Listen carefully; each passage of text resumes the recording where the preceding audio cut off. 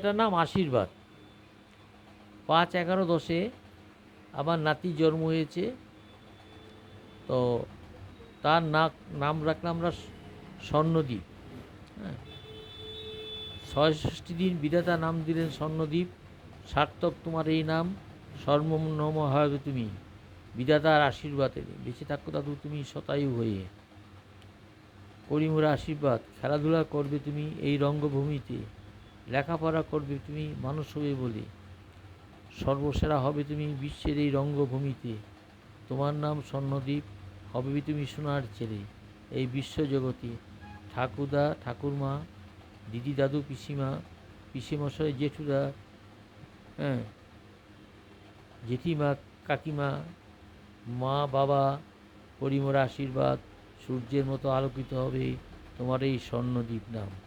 এই কবিতাটা আমার নাতির জন্মদিন উপলক্ষে লিখেছি। তো আমি তো এটা প্রায় ছাড়ি। হ্যাঁ, আর এই নামটা আমার ঘরের মধ্যে বাঁধানো আছে। তো এটা আমি আপনাদের শোনালাম।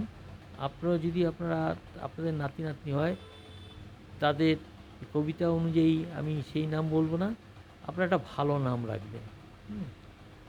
নামের সঙ্গে যেন তার কাজটাও ঠিক সেইভাবেই হয়, এই বলে আমার বক্তব্য শেষ করছি। হ্যাঁ, আমাদের যারা আত্মীয় স্বজন আছেন এবং ওর দাদু, ওর মায়ের বাবা অর্থাৎ দাদু দিদা, হ্যাঁ, আমি নিজে সাহিত্যিক কবি হরিনারায়ণ পোদ্দার, আমরা একে আশীর্বাদ করছি, স্বর্ণদ্বীপকে আশীর্বাদ করছি ও যেন সোনার ছেলে হয়।